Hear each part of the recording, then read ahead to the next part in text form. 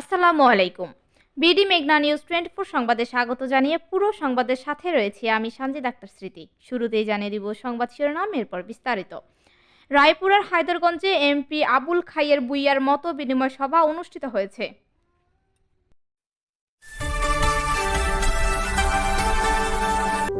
BD মেঘনা news 24। শুনছিলেন সংবাদ শিরোনাম, এবার বিস্তারিত। লক্ষ্মীপুরের রায়পুর উপজেলার উত্তরচর আবাবিল ইউনিয়নের হায়দরগঞ্জ রোকেয়া হাসমত নেসা বালিকা উচ্চ বিদ্যালয় ও কলেজ মাঠে 22 ফেব্রুয়ারি 2026 রবিবার দুপুর 2টায় বিএনপি ও অঙ্গ সহযোগী সংগঠনের নেতাকর্মী এবং সর্বস্তরের জনগণের অংশগ্রহণে মত বিনিময় সভা অনুষ্ঠিত হয়েছে।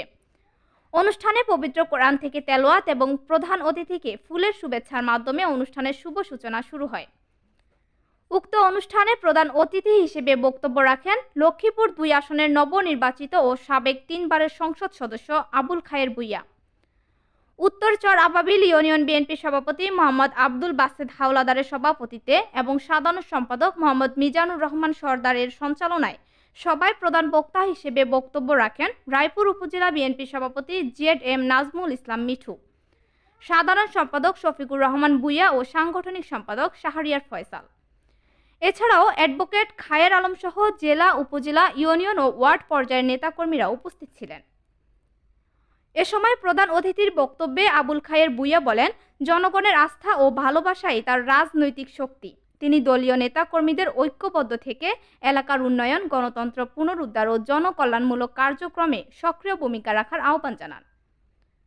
সভায় স্থানীয় উন্নয়ন, সাংগঠনিক কার্যক্রম জোরদার এবং আগামী দিনের রাজনৈতিক কর্মপরিকল্পনা নিয়ে আলোচনা করা হয়।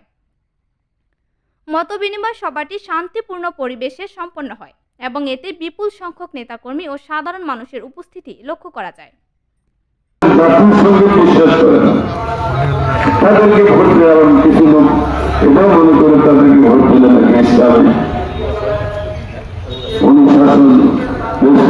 এই ধরনের তাদের মন মানসিকতা কিভাবে চিন্তা করলে এই বিষয়গুলো আপনারা আমরা সকলে তাদের মাথা থেকে এই জিনিসটাকে নামাইতে হবে এবং আমাদের আরো পরিশ্রম করতে হবে। অনেক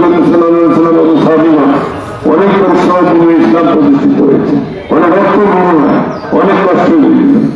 তখন এইভাবে কিছু মুসলিম ছিল, মুসলিম নামধারী ইহুদিনা ছাড়া, তারা এইভাবে মুসলমান হয়ে মুসলমানের বিরুদ্ধে বিভিন্ন রকম অপকর্ম লিপ্ত থাকতো।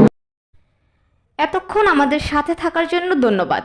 নতুন নতুন সকল ধরনের সংবাদ সবার আগে পেতে আমাদের BDMN24 পেজটি ফলো দিয়ে লাইক, কমেন্ট, শেয়ার করুন এবং বিডি মেঘনা নিউজ 24 ইউটিউব চ্যানেলটি সাবস্ক্রাইব করুন এবং ওয়েবসাইট ভিজিট করুন www.bdmeghnanews24.com।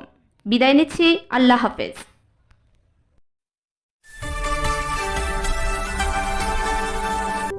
বিডি মেঘনা নিউজ 24।